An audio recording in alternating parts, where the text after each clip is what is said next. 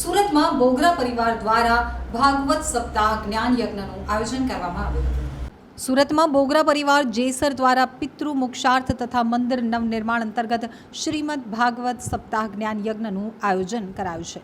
સુરત શહેરના દુખિયાના દરબાર રોડ ખાતે આવેલા વૃંદાવન ફાર્મ ખાતે બોગરા પરિવાર જેસર દ્વારા પિતૃ મોક્ષાર્થ તથા મંદિર નવનિર્માણ અંતર્ગત શ્રીમદ ભાગવત સપ્તાહ જ્ઞાન યજ્ઞનું આયોજન કરવામાં આવ્યું હતું, જેમાં કથાના વક્તા ચંદ્ર ગોવિંદદાસ દ્વારા ભગવત સપ્તાહ જ્ઞાન યજ્ઞમાં અલગ અલગ પ્રસંગોની આસ્થા ઉપર ઉજવણી કરાઈ હતી, જેમાં પોથી યાત્રા, દીપ પ્રાગટ્ય સહિતના અનેકવિધ કાર્યક્રમો યોજાયા હતા।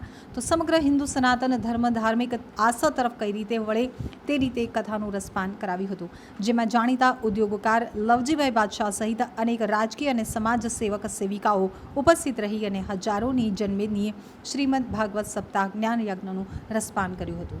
સરસ આયોજન, અને અમે તો ધાર્યું નહોતું કે આવી ગરમીમાં અને આ હાવડા મેદાનમાં આટલું સરસ મજાનું સક્સેસફુલ આયોજન, અને એ પ્યોર કથા વક્તા શ્રીમાન છે ચંદ્રગોવિંદ પ્રભુ, પ્યોર એટલે પ્યોર ભાગવત ઉપર બોલે છે, ખૂબ સરસ। અને એમાં 3 મિત્રોએ, જે યુવા મિત્રોએ લાભ લીધો છે, અનિલભાઈ ડોબરિયા, કૃણાલભાઈ બોગરા અને સંજયભાઈ વાડોદરિયા, આ 3 મિત્રો છે, આયોજકો છે, ખૂબ સરસ। અને હું તો સાથે સાધી અહીંયા, અને હરે કૃષ્ણ ધામ સમિતિ વતી હું આપને સંદેશો આપવા માગું છું કે આ કથા પાછળનો હેતુ છે કે આ વિસ્તારની અંદર એક રાધાકૃષ્ણ અને શ્રીનાથજી બાવાનું મંદિર બની રહ્યું છે, જેના નિર્માણ નિમિત્તે આ કથાનું આયોજન થયું છે। એમાંય સુરતની ધરતી એટલે દાતાઓ પણ બહુ વરસા અતિશય, અને ખૂબ સરસ આયોજન છે। પારસભાઈ, શું કહેશો? ખાસ એક અનોખું આયોજન, હજારોની જનમેદની, અનોખું આયોજન, અને પાછી અનોખી સિસ્ટમ કેવી કે અંદર કોઈ પણ મહેમાનો આવે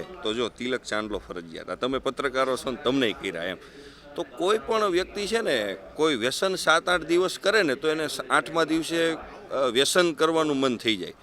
તો આ તિલકનું, માળાનું અને હરિનામનું વ્યસન કરાવવાની આ એક કથા છે। અને આજ તો હું તિલકવાળાને બહાર ગોતતો હતો, તિલક મને કોઈ કરી દે એમ, એટલે આવું સરસ, અને એક વ્યક્તિને, અને એક કેટલું જબરજસ્ત આયોજન સાહેબ, કે તમે વિચાર કરો કે કથા પંડાલની અંદર અહીંયા ભગવાન છે, તો અહીંયાથી કોઈને ચંપલ લઈ નહીં જવાનું, હાથમાં ઠેલી આપવાની, અને આ બધું ભગવાનની કૃપાથી, અને ખાસ કરી અને આ બધા ભક્તો છે, એના સ્વયંસેવક મિત્રો છે, એણે જે આખું સેવાનું કાર્ય ઉપાડ્યું છે। હવે અહીંયા શાંતિથી બધા બેઠા છે, બહાર છેક આમ પાર્કિંગની અંદર, આમ ધોતી કુર્તાની અંદર આમ માણસ ઊભો હોય પાર્કિંગની વ્યવસ્થા કરાવવા માટે, એટલે આમાં સંપૂર્ણ ભગવાનની કૃપા કામ કરી છે, એવું મારું કહેવાનું છે। આ સુંદર મજાનું ભાગવત સપ્તાહનું જે આયોજન કરી રહ્યું છે ને, ચંદ્ર ગોવિંદાસ પ્રભુના મુખેથી જે સપ્તાહનું આયોજન થઈ ગયું છે, લાખો લોકો આનું ઓનલાઈન મીડિયા અને અહીંયા રૂબરૂ સ્થળે આવીને રસપાન કરી રહ્યા છે। અમને આ આયોજન કર્યું એનો અનેરો આનંદ છે, અને આમાંથી યુવા પેઢી કંઈક શીખે એટલે અમે આ 3 યુવાનોએ આ ભવ્ય આયોજન કર્યું છે, અને ભગવાન શ્રી કૃષ્ણની ભક્તિમાં જોડાય એવો અમારો આશ્રય છે। અને આની અંદર આવો, આ કથાનું રસપાન કરો અને તમારું જીવનને ધન્ય બનાવો। આ 3 યુવાને કેવી રીતે વિચાર આવ્યો? અમને એવો વિચાર આવ્યો કે આ ભગવાનની ભક્તિ સિવાય બીજું આ દુનિયાની અંદર કાંઈ છે નહીં। પૈસા તો બધાય પાસે હોય, પણ ભાગવતનું આયોજન કરવું એ તો ઉપરથી ભગવાનની કૃપા હોય તો જ થાય, બાકી કરોડ રૂપિયા હોય, 5 કરોડ હોય તો તમારાથી આયોજન થાય એવું શક્ય નથી। અમે આ 3 વર્ષથી અમારા મગજમાં આવતું હતું, અને આજે અમારું કાર્ય સફળ થયું છે।